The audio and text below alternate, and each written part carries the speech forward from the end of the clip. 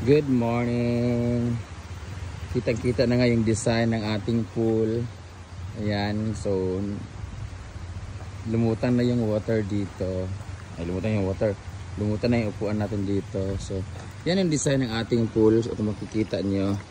So, pag nagka-budget na, kami pa lang naman naliligo dito. Pag nagka-budget na, pag open na pa public, saka natin siya lalagyan ng tiles. But for now, yan talaga yung design ng pool niya. Tapos may mga, hindi pa po tapos yung sa labas. Ngayon, mag-general cleaning sila lahat.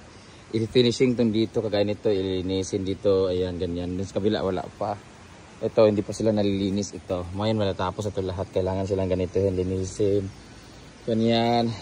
Wawalisin lahat. Tapos lalagay na yung bato, tapos yung tubig dito. Ayan.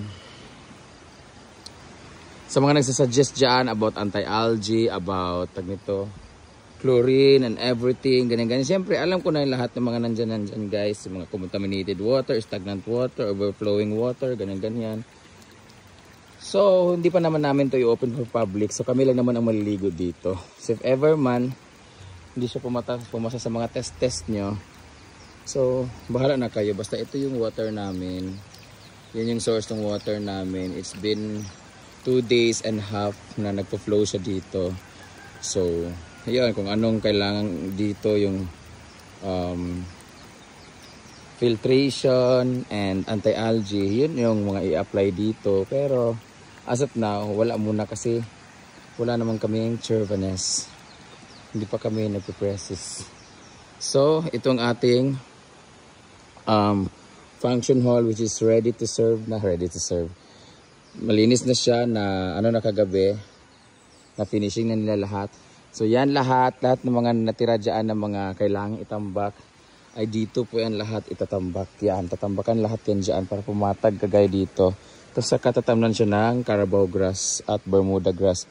Dito ipapatag lahat ng mga natira dyan itatambak dito. And then mag-general cleaning sila ngayon. Naalis kami, punta kami ng Cebu. Yung mga stage na yan, ilalagay na lahat-lahat. Tatanggalin na itong mga Chervanes. Ifi-finishing yung gilid. Parang ganito, lilinisin siya. Yan, kasi hindi pa dito tapos. Ilalagay na yung mga tables and everything. So, pipinturahan na yun doon. Nalagay na mga cushions and everything. Ay, thank you Lord. Kaya sa mga suggestions dyan, thank you so much for all your suggestions.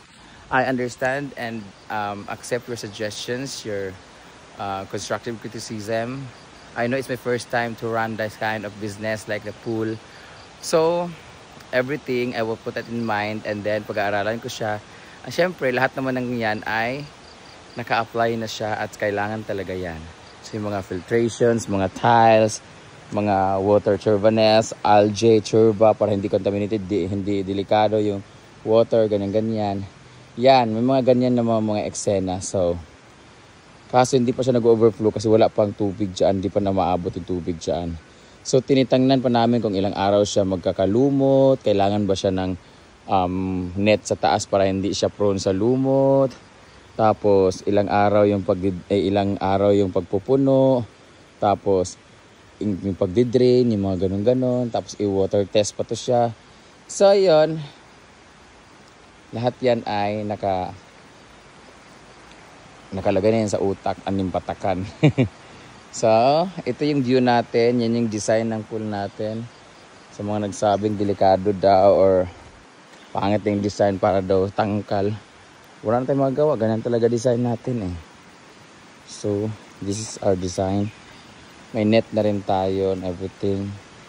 So, yun. Naliguan na namin siya kagabi. And, see you Tuburan.